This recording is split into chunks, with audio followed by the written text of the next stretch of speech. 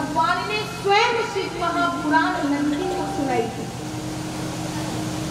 बाबा का एक परम भक्त था, परम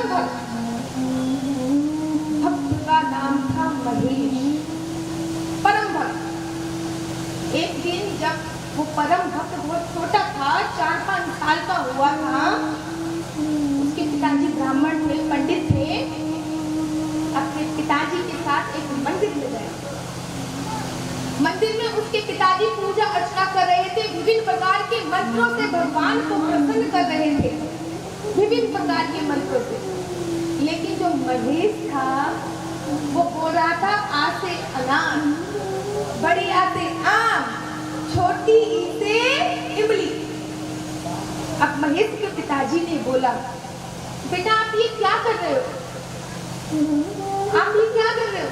तो महेश ने एक जवाब दिया, पिताजी आप तो बना बनाया मंत्र बोल रहे हो, मैं तो पूरी आ से अनार बोल देता हूँ। भगवान को जो मंत्र पसंद आएगा भगवान उसको स्वीकार कर ले। ऐसे थे महेश। भगवान शिव के परम भक्त थे। उनका बस एक ही काम था, जब बड़े हुए उनके पिताजी ने उनका विवाह कराया और उनका मात्र एक ही काम था, सुबह स्नान करना, ध्यान करना, फिर शिव महापुराण, फिर दोपहर को भोजन आदि इत्यादि करने के बाद शिव महापुराण पढ़ना, रात्रि को फिर शिव महापुराण पढ़ना। पूरे दिन महेश का एक ही कार्य हुआ करता था, क्या? शिव महापुराण पढ़ना। एक दिन महेश के दरवाजे पर कुछ साधु संत आ गए। जब साधु संत आए ना, तो जो महेश की धर्म पत्नी थी, उन्होंने साधु संतों को नमस्कार किया और बोला कि आप लोग हमारे दरवाजे पे आए हो क्योंकि बिन हरि कृपा मिलत नहीं संता, भगवान हरि की कृपा हुई है, तभी आज संतों का आगमन मेरे दरवाजे पे हुआ है। लेकिन मैं बहुत क्षमा चाहती हूँ महाराज, हमारे घर में खाने के लिए कुछ भी नहीं है, इसलिए मैं आपको खाने के लिए कुछ नहीं दे सकती, केवल आप मेरा प्रणाम स्वीकार कीजिए और जल ग्रहण कीजिए। और जब वो साधु संत चले गए तो महेश की पत्नी को बड़ा गुस्सा आया, क्योंकि महेश की पत्नी एक सच्ची प्रतिव्रता स्त्री थी, गृहस्थ जीवन को पूर्ण समझती थी, अपना परम कर्तव्य समझती थी कि अतिथि देवो भवो। और ये भारत की नारियों में ही होता है, जब कोई अतिथि आ जाता है ना, बिना चाय वाय पिए जाता है। महेश की धर्मपत्नी को अत्यंत गुस्सा आया कि आज मेरे दरवाजे से साधु संत चले गए, अरे क्या फायदा ऐसी पूजा का। महेश शिव पुराण पढ़ रहा था, महेश के पास महेश की धर्म पत्नी गई, शिव पुराण उठाई, 2 पन्ने फाड़ी और शिव पुराण वो पढ़ी है और महेश की कागज वो पढ़े हैं और बोला, अगर आपको शिव महापुराण ही पढ़नी है तो वो दूर देख लीजिए, पीपल का पेड़ है, वहां पे जाके पढ़िए, घर पे रहने की कोई आवश्यकता नहीं है। अगर आप घर का काम नहीं कर सकते हो, अगर आप साधु संतों की इज्जत नहीं कर सकते हो, अरे आपके बाबा महेश दे क्या रहे हैं, क्या दे रहे हैं भोले बाबा? कुछ नहीं, हमारे दरवाजे से साधु आकर चले गए, साधु आके चले गए और आप ओम नमः शिवाय, ओम नमः शिवाय, ओम नमः शिवाय शिव महापुराण पढ़ने में लगे। अब चाहे तो ये भारतीय पुरुष का बात मान लीजिए या फिर महेश के संस्कार मान लीजिए कि जब माताएं चंडी का रूप धारण करती है ना, तो भाई सबको शांत रहना पड़ता है। ये भारतीय पुरुषों में एक परंपरा है, सब शांत रह जाते हैं कि भाई अब उनको ज्वालामुखी फटने वाला है, इससे पहले ज्वालामुखी फटे, शांत हो जाओ। महेश ने कुछ नहीं बोला, लेकिन मन ही मन उसको दुख हुआ कि मेरी शिव महापुराण के 2 पन्ने काट दिए। महेश को किस चीज का दुख है? उसको इतनी गालियां पड़ी, उसका कोई दुख नहीं है। लेकिन मेरी शिव महापुराण, जिसको वो साक्षात भगवान समझता था, भगवान की, मेरे भगवान की पुस्तक के वांग्मयी मूर्ति है जो, उनके 2 पन्ने महेश ने वो पढ़ी तो शिव महापुराण उठाई, पीपल के पेड़ पे जाके पढ़ने लग गया। आंखों से अश्रु बह रहे हैं, बड़ा दुख हो रहा है कि आज मेरे बाबा की शिव महापुराण का ऊपर कैलाश में कैलाशपति सब देख रहे हैं और कैलाशपति ने एक सेठ का रूप धारण किया और एक टोकरी अपने सिर पर ली और टोकरी लेके भगवान विष्णु के पास पहुंच गए और बोले, हे माता लक्ष्मी, तेरे पास जितनी भी धन दौलत है आज सब इसमें भर दो, मेरा एक भक्त बहुत परेशान है। और जब माता लक्ष्मी ने उस टोकरी को पूरा भर दिया तो बाबा महेश जो कैलाशपति है नीचे आए, सेठ जी का रूप धारण करके महेश के घर पे गए और इशारा किया कि एक कॉपी और एक पेन लेके आओ। महेश की पत्नी समझ नहीं पा रही थी कि आखिर ये कौन है। मुझे लगता है कि कोई गुंगा वगैरह आया होगा, कॉपी पेन मंगा रहा है, शायद उस आदमी से कॉपी पेन मंगा रहा है। महेश की पत्नी गई, कॉपी लेके आई, पेन लेके आई और उस कॉपी पेन में कैलाशपति भगवान शिव ने लिखा कि मैं महेश का मालिक हूँ। उसने मेरी दिन रात सेवा करी है, मेरी दुकान पे दिन रात कार्य किया है, लेकिन कभी एक पैसा नहीं मांगा और आज मैं उसका पैसा सूद समेत लौटाने आया हूँ। दिन रात काम कर रहा है।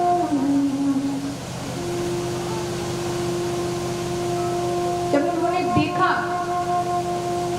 तो महेश की पत्नी सोच में पड़ गई, ऐसा कौन सा काम किया होगा उन्होंने। अच्छा, शायद मैं घर में चौका चूल्हा करने जाती थी तो वो जाके होंगे महाराज। बड़ा दुख हो रहा है महेश की पत्नी को, आंखों से आंसू बह रहे हैं कि मैंने आज अपने पति को बाहर भगा दिया, लेकिन मन में एक यकीन था, एक विश्वास था कि जब तक महेश भगवान की शाम की संध्या बंधन नहीं कर लेता, शाम की पूजा अर्चना नहीं कर लेता, तब तक जल भी नहीं ग्रहण करता। तो महेश की धर्म पत्नी को एक विश्वास था कि चाहे कहीं भी हो शाम को घर आएंगे ही आएंगे।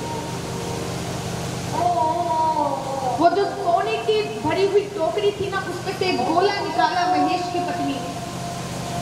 गोला निकाल के सुनार की दुकान पर गई और सुनार की दुकान पर जाके बोली कि इसका क्या रेट हो जाएगा।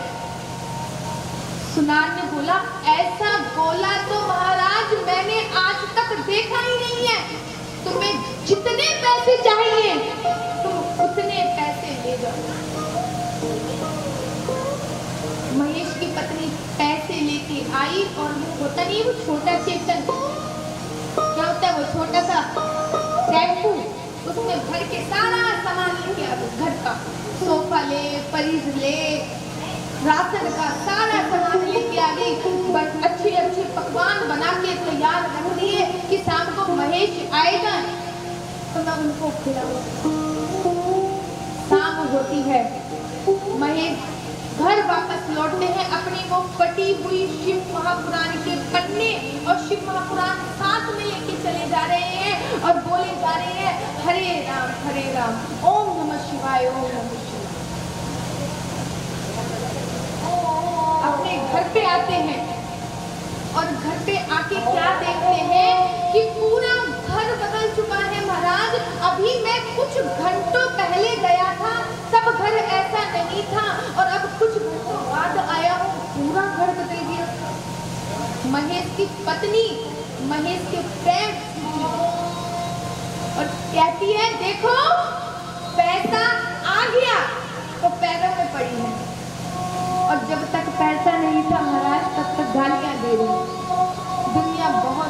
स्वार्थी है, बहुत स्वार्थी है।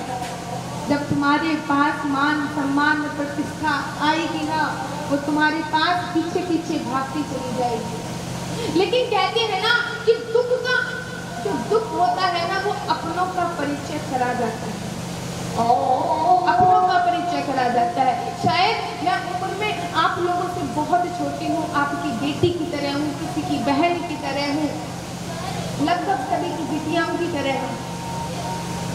लेकिन इतनी छोटी सी उम्र में लोग कहेंगे दीदी आपने ऐसा कौन सा दुख देख लिया, कभी फुर्सत मिलेगी तो मैं आपको बताऊंगी, ध्यान से वो कहानी बताऊंगी कि इतनी छोटी सी उम्र में कौन सा दुख देखा जो मेरे को भी परिचय हो गया कि मेरा तो बस एक है, वो ऊपर वाला है। मेरे माता पिता के अलावा और मेरे ऊपर वाले के अलावा इस दुनिया में ना तो मेरा किसी से रिश्ता है, ना था, ना आगे कभी रहेगा, क्योंकि मैंने रिश्ता ऊपर वाले से जोड़ा है। और जो ऊपर वाले से रिश्ता जोड़ लेता है, पूरी दुनिया उससे रिश्ता जोड़ लेती है, पूरी दुनिया।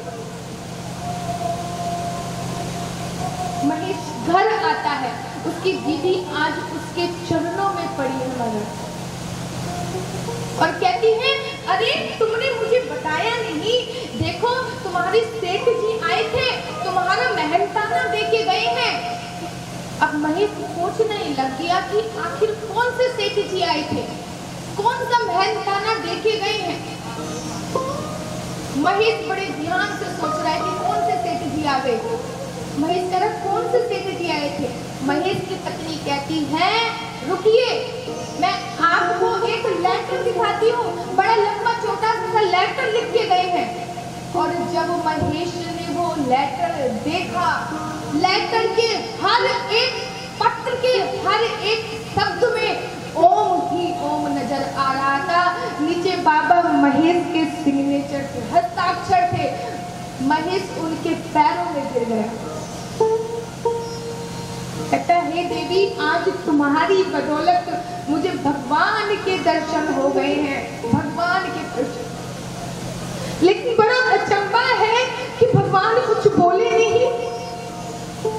महेश की धर्मपत्नी ने बोला आखिर क्या कारण था कि भगवान कुछ बोले नहीं। महेश ने भगवान को याद किया और भगवान आए। जब भगवान आए तब भगवान ने बोला कि शिव महापुराण का एक एक पन्ना, कोई मेरा हाथ है, कोई मेरे पैर है, कोई मेरा नाखून है, और तुम्हारी धर्मपत्नी ने जो पन्ना पाड़ा है ना वो मेरी जबान। मैं कैसे बोलूं, ऐसे होते हैं हमारे भगवान। तो शिव महापुराण को